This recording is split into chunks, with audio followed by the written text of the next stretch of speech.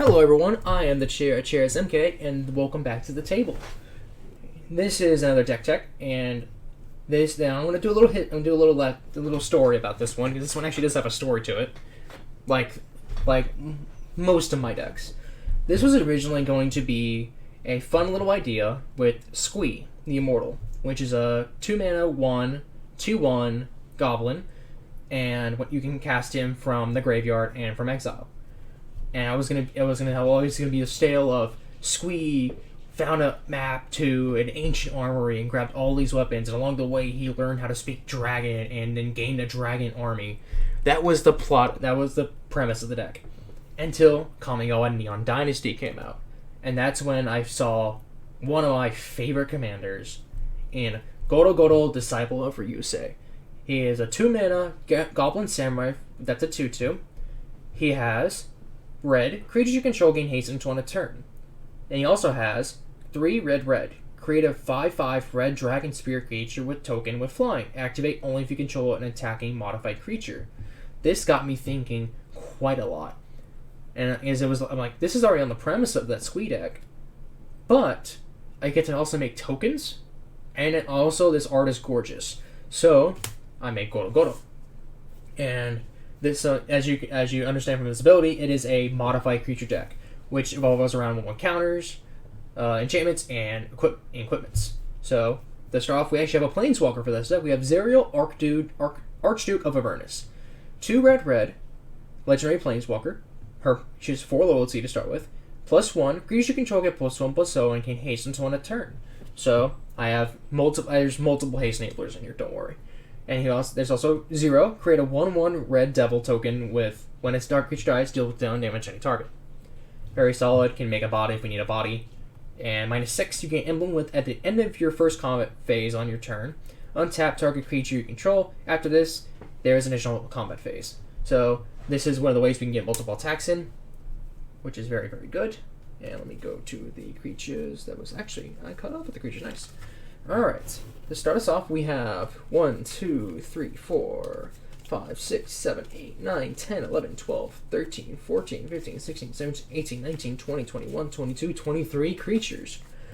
A very low amount, but you understand why. Aki Battle Squad is a 6-mana 6/6 Goblin Samurai. Whenever you attack with one or more modified creatures, whenever one or more modified creatures you control attack, untap all modified creatures you control. After this combat phase, that's an additional combat phase. This ability triggers only once each turn. So we can essentially gain 3 combat phases. Because this says your first combat for Zerial. This doesn't say first combat. So you can attack with a non-modified creature on your first one, then it untaps, and then swing in with a modified, and Aki Battle Squad triggers. Aki Battle Squad does not have to attack for this ability to go off. Kindling Phoenix. This is just a revival card. It's just to keep a body on the board almost constantly. It is a 4/3 for 4, red. It has 2 red pips. Phoenix, flying. When it dies, you create a 0/1 red elemental creature token with, at the beginning of your upkeep, sacrifice this creature and return target card name for Kindling Phoenix from your graveyard to the battlefield. It gains haste until on a turn.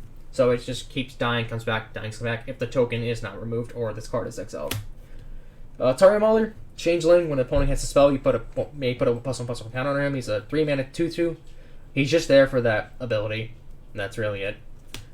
Legion War Boss, 3-mana 2/2 Mentor. When its creature attacks, put a 1/1 counter on a target attacking creature with lesser power. Beginning of combat, on your turn, create a 1/1 red goblin creature token. The token gains haste until on a turn and it has to attack this combat. So that gives us a guaranteed attack every turn, and also gives us some potential more bodies if the creature lives. Roska Mentor, it's a 3/2 for 3. Oh, we're getting more power here. When it ETBs, you put a menace counter on target non-human you control. There's not a lot of humans in this deck, so giving something menace is actually pretty solid. And this also has pay 2 and a red, tap, put a 1/1 counter on each creature you control and menace. Menace is we don't get. There's not much menace in here, but it is there to get the A counter, because any counter it triggers to make them modified. So this does help with that. Kami of Celebration is a 3-mana 3/3 for 5. My bad. When a modified creature you control attacks, exile the top card of your library. You may play that card this turn. which is gives you some impulse draw, which isn't bad, but this hasn't actually showed up in any of my games yet, which is kind of weird, but it is. Even the long ones, this didn't show up because it was pretty low in the deck. When you cast a spell from exile, you put a 1 counter on target creature you control. This also helps with making things modified. More so. Loyal Princess, this is here to get us more bodies on the board, because this deck actually does quite a bit of token generation besides Zerial and Legion Warboss. It is a 2/2 for it's a 2/1 for 2 haste lieutenant. At the beginning of combat, if you can in turn, if you control your commander, if we control Goro-Goro, you create a 1/1 color stopper artifact creature token with flying. This token gains haste on a turn, so it also gives us another body. And if it lives, then it gets us more damage in. But also, if it lives, we get an additional blocker in the following turns. Raptor Hatchling, 1/1 for 2. Enrage. When it's dealt damage, create a 3/3 green dinosaur creature token with trample. This, if we can actually beef up its toughness quite a bit and it can survive from multiple hits, this can actually give us quite a bit of 3/3s and it can actually kind of do some work. It has yet to really... Actually, first time I played it, I got countered, which was kind of upsetting. We have a Loser Blades, 1/1 for 2. Double Strike. A creature has Double Strike and has Reconfigure for 2 because it is an equipment lizard, which is very fun, and giving something Double Strike is nice. Speaking of Squee from at the beginning of the video, here he is. I already talked about how he works, but he essentially can be cast no matter what, unless they do a effect like Pithing Needle, where they say a name and it can't cast them, or you have one of those exile effect auras that say as long as this card remains exiled, you cannot cast it, or this card remains on the battlefield, you can't cast it. So that's the only real way to stop Squee from being on the board. Markov Playmaster. I have been told numerous times to take this card out of the deck, but I tell them, okay, just wait until see what happens with the game. And then that following game, this card has actually scared them because of how well it works. It is a 1/1 for 3, 2 red, Double Strike. When it deals combat damage to a player, put a +1/+1 counter on it. So it attacks the first time, does 1 damage, triggers its effect, puts a +1/+1 counter on it, then does 2 damage. Yeah, you can see where this goes. This I've gotten to nearly 20 power before a board wipe happened, and this card single-handedly almost killed someone. So they were very terrible. They took their words back. Thunderbreak Regan. It is a 4/4 for 4 flying dragon. When a dragon you control becomes a target of a spell or ability an opponent controls, it deals 3 damage to a player. This deck has quite a bit of dragons in it, so it gives them some defense. This one defends itself, but also defends the tokens, really, if they want to target a token, or if they want to target our non-token dragons, which there are quite a few in here. Mirror Battlesphere.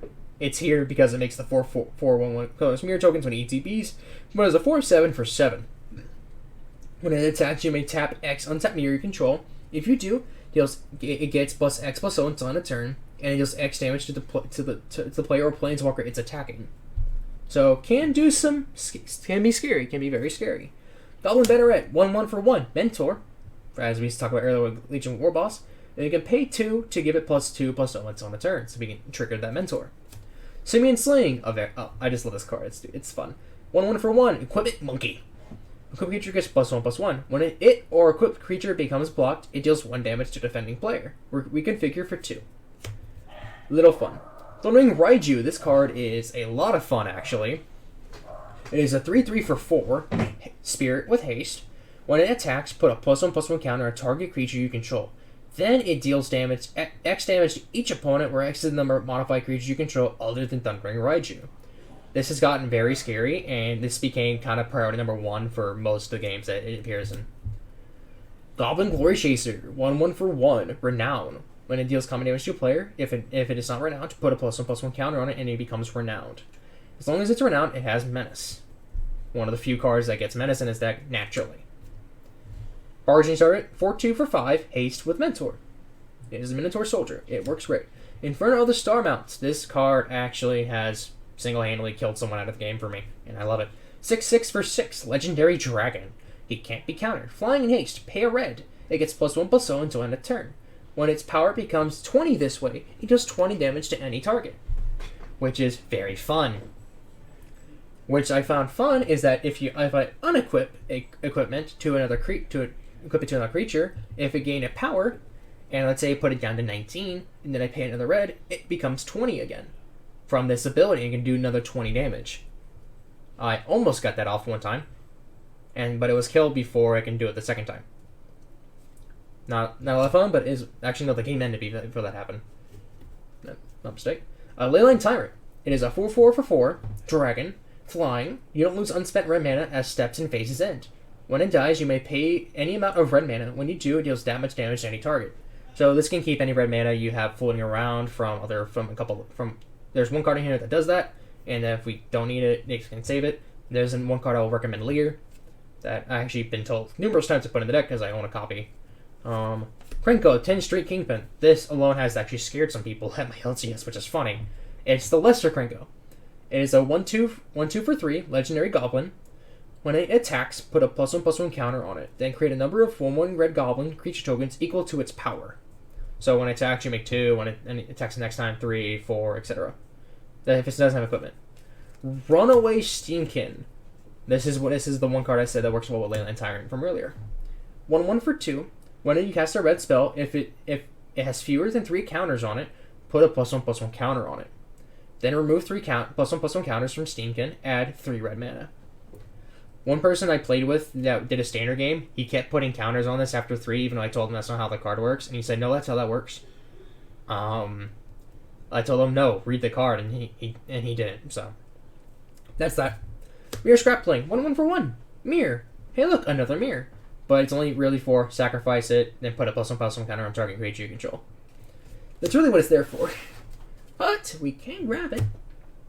We can affect Rapid Leader. Hold on. Actually, no, I missed a creature. Hold on. Did I miss another creature? Give me a second. I actually missed a creature. I am upset at that, because I put him with the artifacts. Huh. But we have Towashi Guidebot. A 4 mana, 2/1. When it enters the battlefield, put a +1/+1 counter on a target creature you control. Then pay 4, tap, draw a card. This ability costs 1 less to activate for each modified creature you control. We want to get as many modified creatures as possible, so this can become a free draw if we get up to 4. At minimum, this makes you have 3. Makes it just a 3 mana cost. Now for our equipment. Equipment / our mana rocks. Mirror Shield. This card I actually find is really fun. It is a 2 mana equipment. Equip for 2. Equip creature gets +2/+1 as hexproof. One of the few ways to get hexproof in this deck, besides like things with boots. Whenever a creature with Death Touch blocks or becomes blocked by this creature, destroy that creature. That happens before damage is dealt, because it specifically says blocks or becomes blocked by this creature. Sword of Light and Shadow. It's one of the few Mirrodin swords I own. It's actually it's one of the 2 I own, and it's in the stack. 3, and of course, people know how this card works, but I'll say it anyway. 3 mana cast it, equip for 2. Equipped creature gets +2/+2 and is pro-white, pro-black. Meaning it can be targeted by those spells, it can be dealt damage by those spells, unless it's a global effect. It also can't be dealt damage by those creatures. When a equipped creature deals common damage to a player, you gain 3 life. And you may return to 1 target creature card from your graveyard to your hand. We can grab that Mirror Scrapling. And I have done that numerous times, and it was quite annoying to a friend of mine.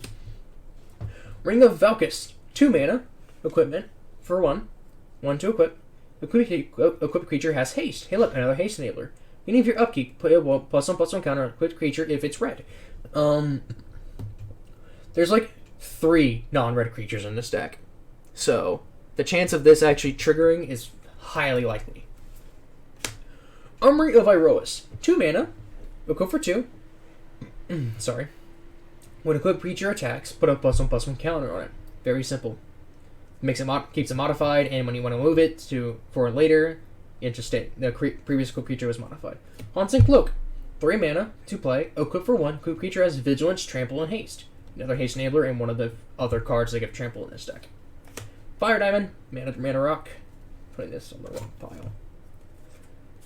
Forebear's Blade, 3 mana, equip for 3. Equipped creature gets +3/+7, has Vigilance and Trample. Whenever a equipped creature dies, attach Forebear's Blade to target creature you control. So it can keep going from creature to creature as long as you have a board. Very nice.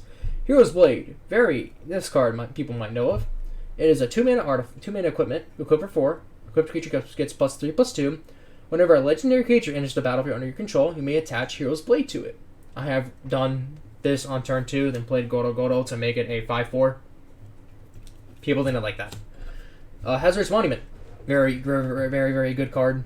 3 mana, legendary artifact, red spells, red creatures you spells you cast cost 1 less. Very good because there's a lot of red creatures in here. It also discounts your commander as well. Whenever you cast a creature spell, you may discard a card. If you do, draw a card. This helps us get some card selection in. Card selection has impulse draw, and it also does help quite a bit if we want to ditch, like, if we're mana flooded with lands, we can just get rid of those. Soul Ring, tap, pay 1, tap for 2. Very good. Mask of Avacyn, pay 2, equip for 3. Equipped creature gets +1/+2 and has hexproof. Again, one of the few ways to get hexproof in this deck. Card I actually didn't really pull a lot of when I opened Commander Legends. Cliffhaven Kitesail, 1 mana, equip for 2. When it ETBs, you may attach it to our creature you control. Equipped creature has flying. Easy way to get flying. Golden Pick, 2 is a 2 mana, equip for 1. Equipped creature gets +1/+1. When equipped creature does combat damage to a player, create a treasure token, which colorless artifact, tap it, sacrifice it, add 1 mana of any color. This and the original version of the card are in this deck. Swiftfoot Boots, pay 2, equip for 1, equipped creature has hexproof and haste. Very simple, very easy. I think that's the final thing hexproof in here. Tormentor's Helm, red artifact, red equipment, which is I think a first in here. Yes, it is a first, besides the Lizard Blades and Slimming Sling. Equipped creature gets +1/+1, equip for 1, if I didn't say that earlier. Equipped creature becomes blocked, it deals 1 damage to defending player. So it's kind of Simian Sling before Simian Sling. Bladed Pinions, 2 mana, equip for 2. Equipped creature has first strike and flying. Very good. It's actually one I never realized existed until I looked it up. Chariot of Victory, 3 mana, equip for 1, has first strike, trample, and haste for the equipped creature. Almost a Haunted Cloak, except that one gives vigilance. This one gets first strike. Brooding Blade, like I said, this is basically a Goldvein Pick, but it's slightly worse because it is equipped for 2 and equipped creature gets +1/+0, but it is a pay 1 to play it, so give or take, but it's still technically worse because it does not give the 1 toughness. Ecologist Terrarium. This card actually kind of helps quite a bit because it is a 2 mana artifact. When it enters the battlefield, you may search your library for a basic land, reveal it, add it to your hand, then shuffle. Very good to get you some lands. Then you can pay 2, sacrifice it, tap sack, put a +1/+1 counter on target creature control, only activate as a sorcery. That final 5 words doesn't matter as much since the main purpose of this card gets you a land, but it can also help you modify a creature if you need to, which is very good. Alright. Now we have the enchantments. That's a lot of artifacts, isn't it? Because that was currently 1, 2, 3, 4, 5, 6, 7, 8, 9, 10, 11, 12, 13, 14, 15, 16, 17, 18, 19 artifacts. It's a lot of artifacts, and this is not an artifact deck. Well, it technically is, but you get the idea. For enchantments, we have 1, 2, 3, 4, 5, 6, 7, 8, 9, 10. We have Flaming Sword. It is a 2 mana aura. You may cast it as it has flash. Because it says you can play it at any time you can cast it because it's really old, hasn't got a reprint since. Target creature gets +1/+1, has first strike. Very good. It's very nice. Dragon Mantle, 1 mana aura. Enchant creature, any creature. When it ETBs, you draw a card. Enchanted creature has pay a red. This creature gets +1/+1 in a turn. It has a fire breathing, which is nice. Crown of Fury. This is a fun one. This is from Onslaught, I want to say as well. 2 mana. It is enchanted creatures +1/+1 has first strike. Then you can sacrifice it, enchant a creature, and other creatures that share a creature type with it get +1/+0 and it can first strike until end of turn. So if it's on like Krenko and you swinging in with a bunch of goblins, they just go, okay, sacrifice this, and this is on him, sack it. I'll get +1/+1 at first strike. Aki Wyrmpaint. Oi. Enchant artifact or creature for 1 mana. As long as enchanted creature permanent is a creature gets 2/+2/+1. Cave Sense. 2 mana aura. Enchanted creature gets +1/+1 and has Mountain Walk. This actually has kind of won me a game. Bestial Fury. This is a weird one. This is from Alliances, I want to say. This is a very, very weird card. It's a 3 mana aura. You draw a card at the beginning of the next upkeep after the CTBs. If enchanted creature attacks and becomes blocked, the enchanted creature gains trample in +4/+0.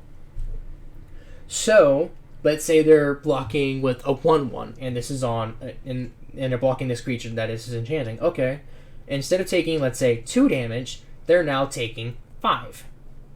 It's a very sneaky card, and actually kind of has done a lot of damage, and I quite enjoy it. It's a very old card that I found.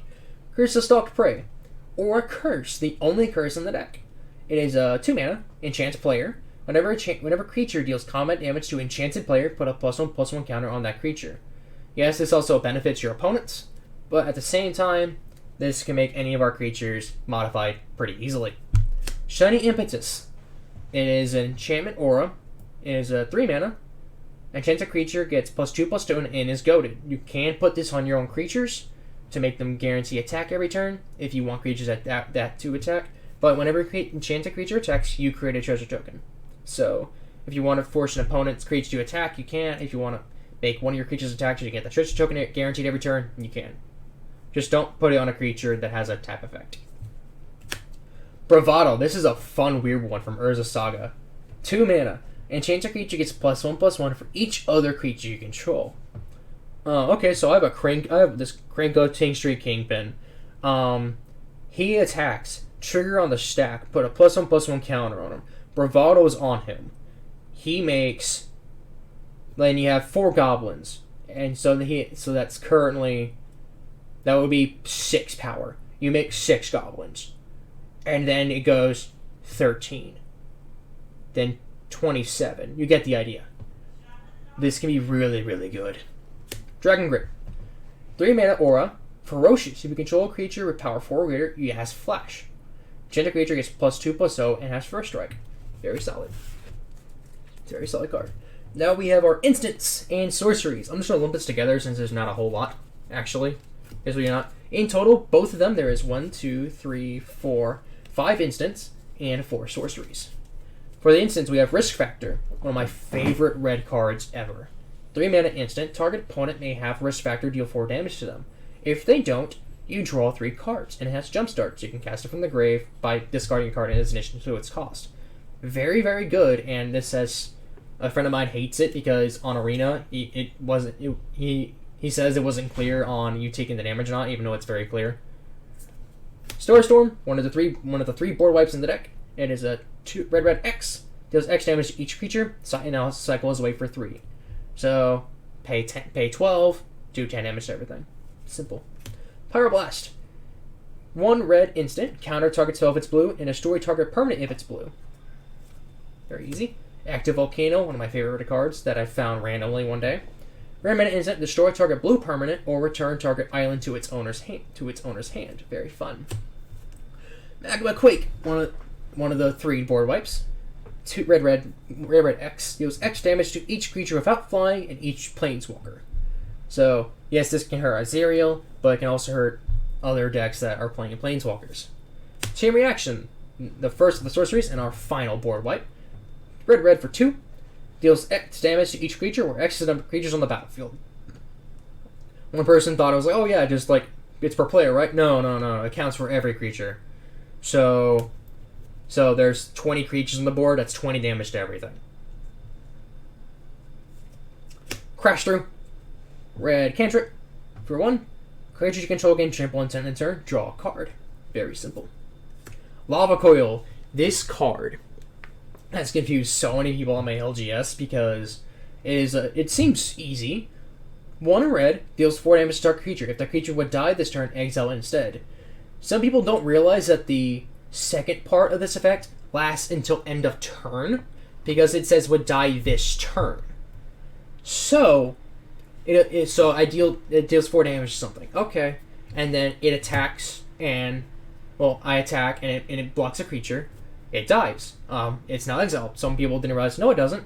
Then I pointed to the wording. If that creature would die this turn, specifically this turn, those 2 words are key. They realized, oh, this sucks, and so they're upset for the rest of the game. And Faithless Looting, very easy card. Remember, draw 2 cards and discard 2 cards. Flashback for 2 and a red. It's a 1 mana, very good. Then we have our lands. It is all basic mountains, and I believe it is 35 lands, if not 36. So that is the listing. Again, the tokens we make: 1/1 goblins, 1/1 thopters. I have multiple of them. Treasures, dragon spirits, the devils, the elemental token, and then the envelope. So, if you guys would like to enhance the deck, you absolutely can. If you want to put more dragon focus in it, you absolutely can, with like Copper Dragon, Lathlis, Gadrak. Since there's a lot of artifacts, you absolutely could. If you want to put in more of the Mirrodin Swords, you absolutely can do that. One of the cards that I mentioned earlier that people keep telling me to put in, and I actually might do, is Brain of Fire for Leyline Tyrant, which is a 3-mana enchantment with cumulative upkeep, put an H counter on it, then you add a red mana. That's it. Paying the cost is add a red mana. So, you can get so much red mana, but if you don't have Leyline Tyrant, you have to cast it all in the upkeep, which kind of sucks, but it can help if you have both out. And as of this recording, the deck sits at its absolute cheapest. I'm on the wrong deck. Hold on. Give me 1 second. Here we go. Sitting at its absolute cheapest, the deck sits at $47.30 on TCG Player. Now, if you want to get these cards from other places, that might change, but that's at the absolute cheapest and the worst conditions, and the cheapest printings. So, if you guys like this deck or want to put some suggestions of your own, please leave a like and comment. And if you also can subscribe, as I'm doing multiple of these deck videos, but I'm also going to be doing some gaming videos as well. I thank you all, and you have a good day.